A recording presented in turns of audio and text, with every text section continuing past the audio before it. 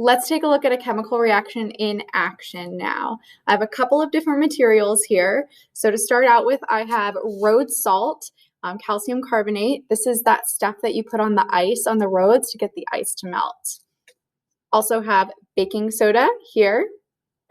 And this is water mixed with something called a universal indicator, which tells us when a pH change has occurred.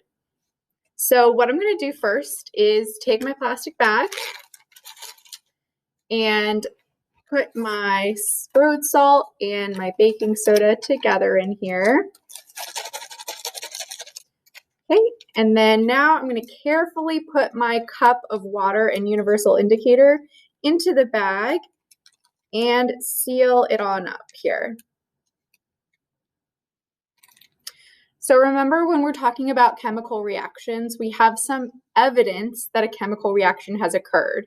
So that can be things like a temperature change or a change in color, or maybe gas has been created. So let's take a look at what happens when we combine these materials and see if we can see any of that evidence of a chemical reaction.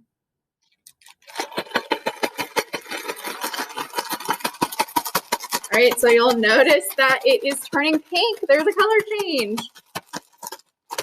And I know you guys can't feel it, but I can. It's getting really warm. You can also see the bubbles forming, so it's fizzing. And my plastic bag is about to pop. There's gas forming here too with this chemical reaction. I'm actually kind of scared of it popping here. So this is a chemical reaction in action using some of our materials that we have in the chemistry lab.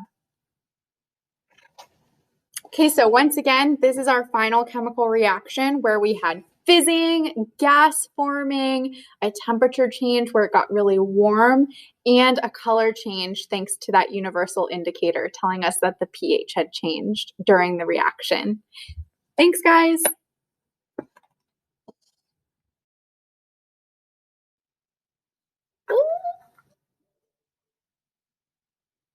It's literally about to pop.